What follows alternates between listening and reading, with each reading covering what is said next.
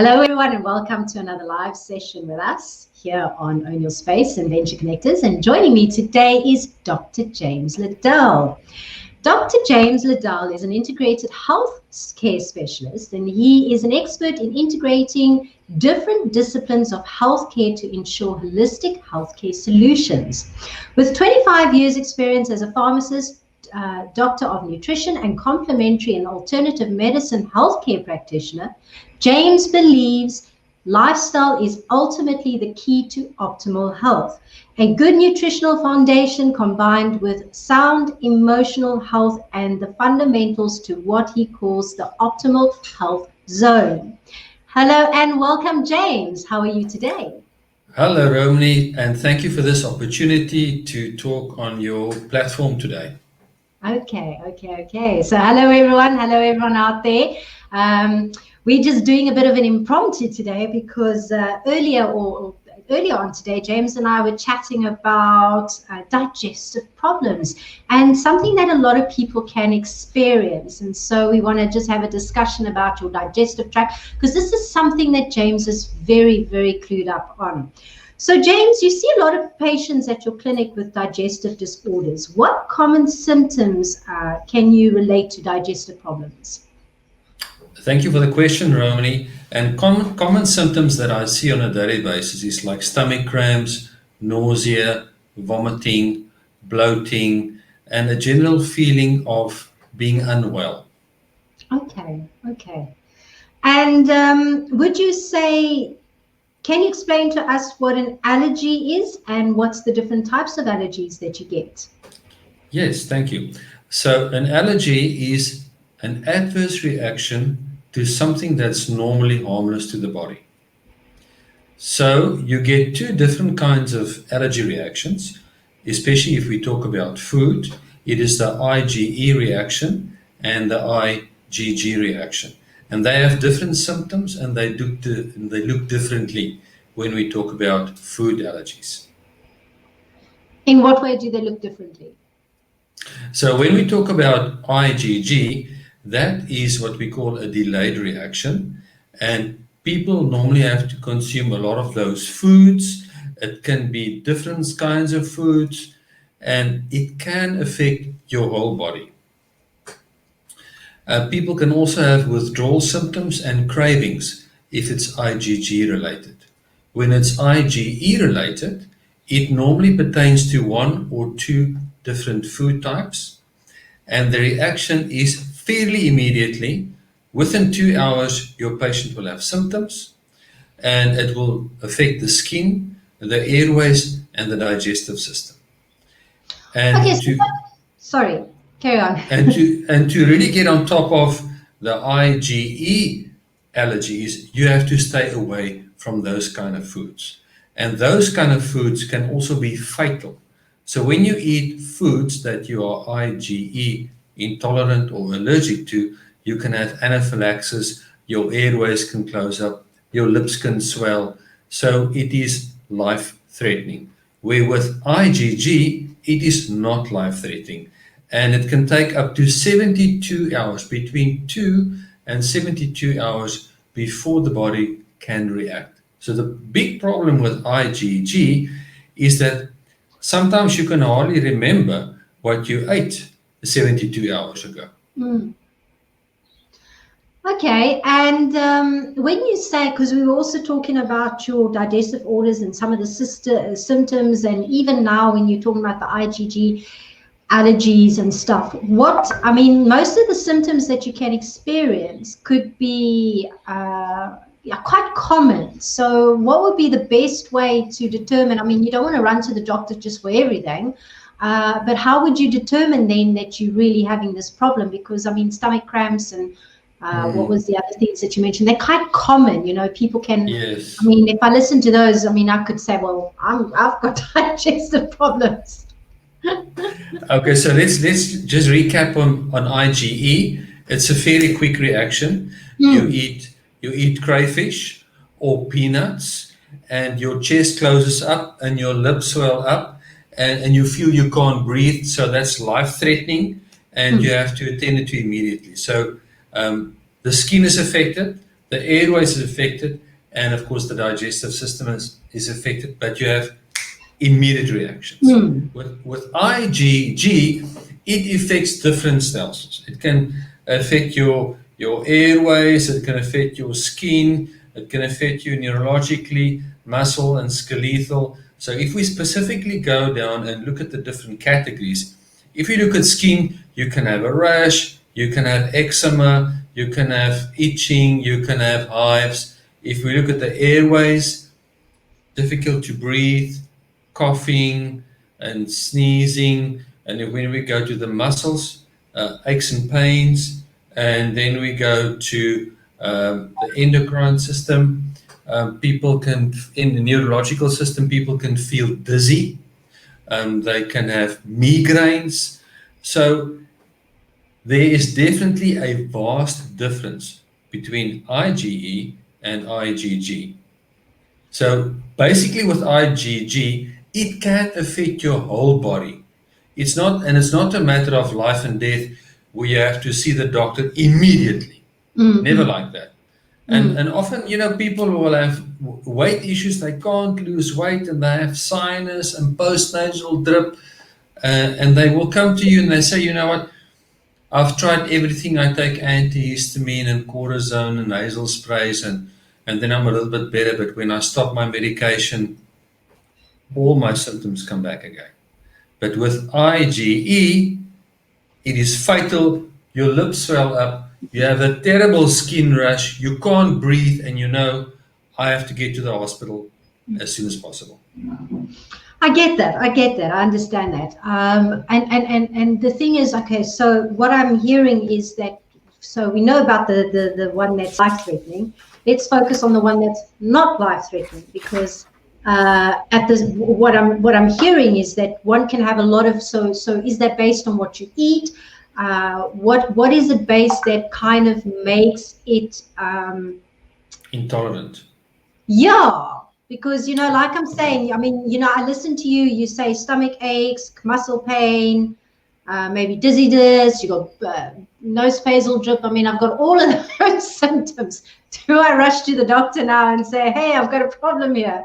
And then if I'm intolerant, what is normally the solutions? Or I know it's healthy diet, I guess.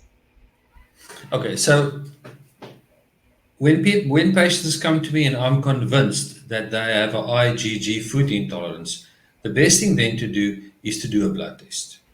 So there are two labs that I work with that do the IgG testing, Synexa in Cape Town and MDS in Durban.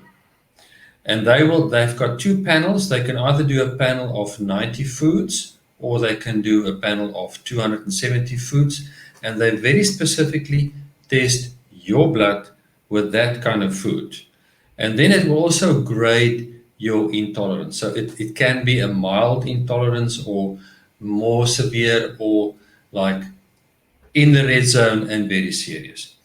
What we will do then in a consultation, I will explain to the patient exactly how the food intolerances work. Then we'll take the patient off all the foods that the patient is intolerant to.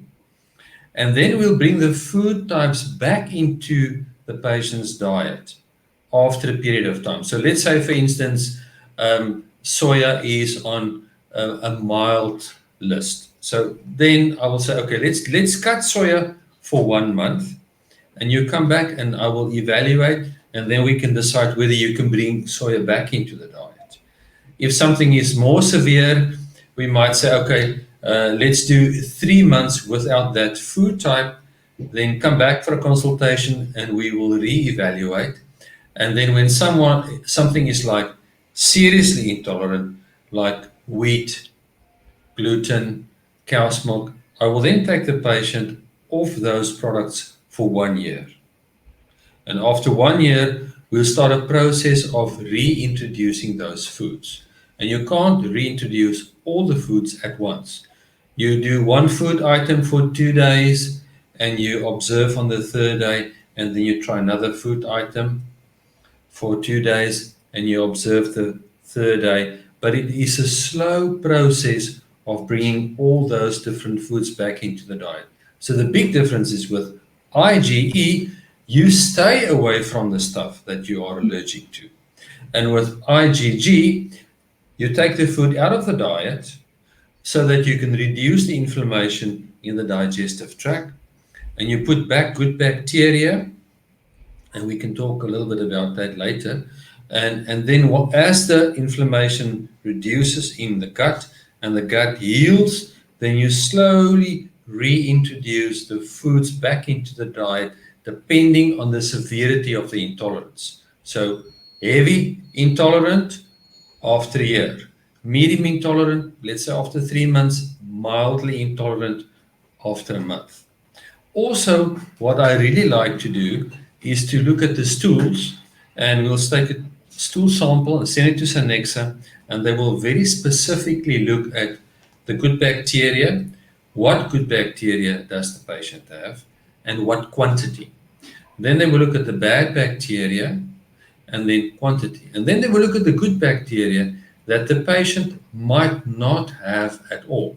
Now, the thing is, these good bacteria are vital to your digestive system. They are anti-inflammatory. They heal. They have a profound effect on your immune system and your endocrine system. And every day we find something new that it does. So in the olden days, we killed all the bacteria with antibiotics. And nowadays we say, look after those bacteria, because we are actually just one big bacteria if you go back to origin. So the good bacteria are vital, and if you have enough good soldiers, which is the good bacteria, in your digestive tract, you can win your battles.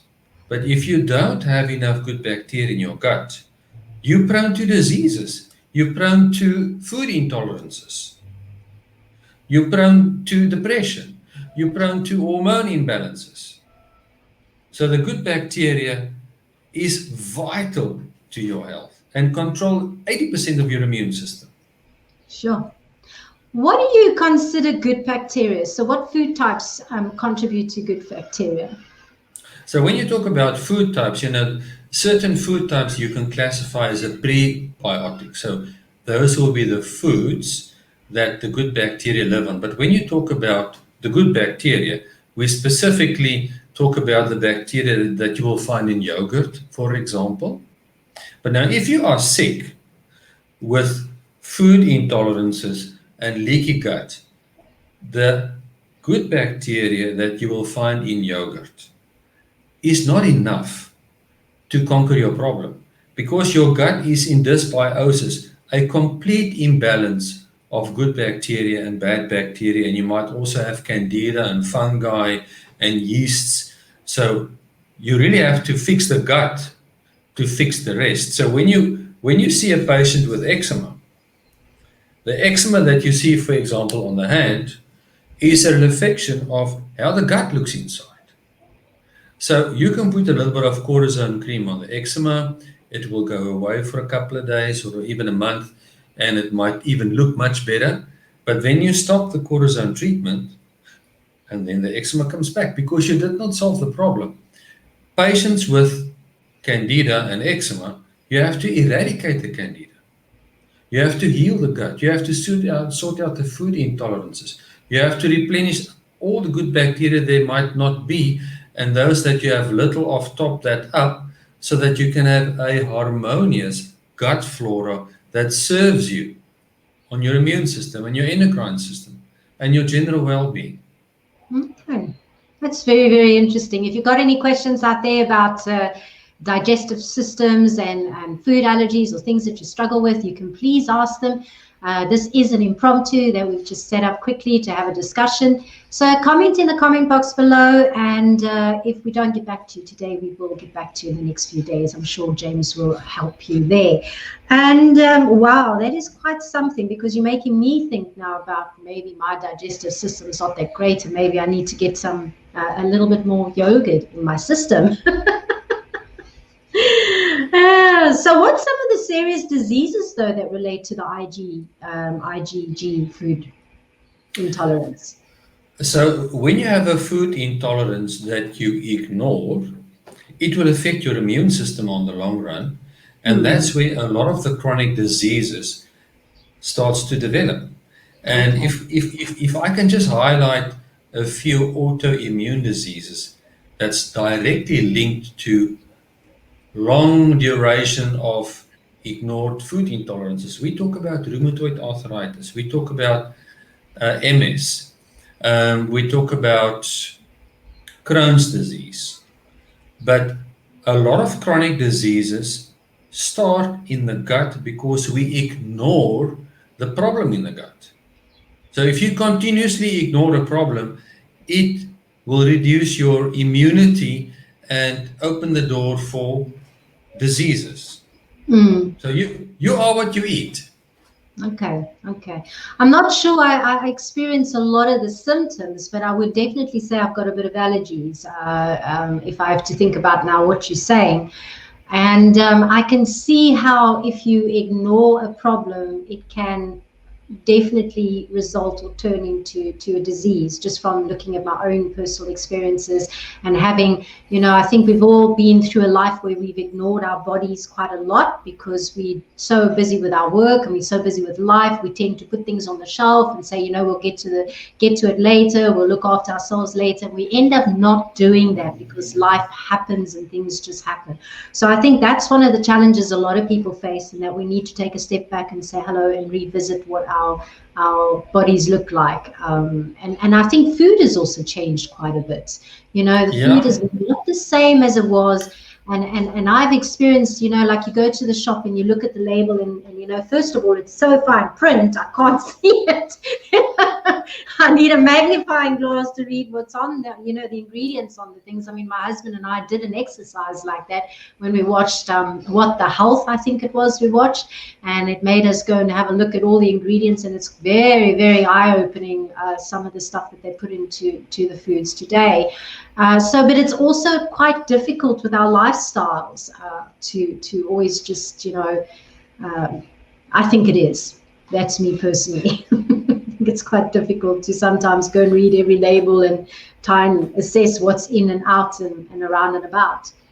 Well, Romany, if you eat fresh food, you never Mm. have to worry about a lot, especially if you eat fresh, organic fruit and vegetables and free-range meat that's free of hormones and rubbish. But as soon as you buy something in a box or a packet and you have to read a lot of things and there are lots of words that you don't understand, if you don't understand it, don't buy it. But Yeah. if you buy spinach, it is spinach. And if you buy tomatoes, it's tomatoes. But when you buy something in a box that's manufactured in a factory, you have to watch out for preservatives and colorants and additives. And the body's not used to these things. They are harmful to your good bacteria and they contribute to food intolerances. But it also eliminates quite a lot of stuff. I mean, like spaghetti comes in a box, rice comes in a box. I mean, the other day I saw there was a different type of spaghetti you get. What, sugar-free?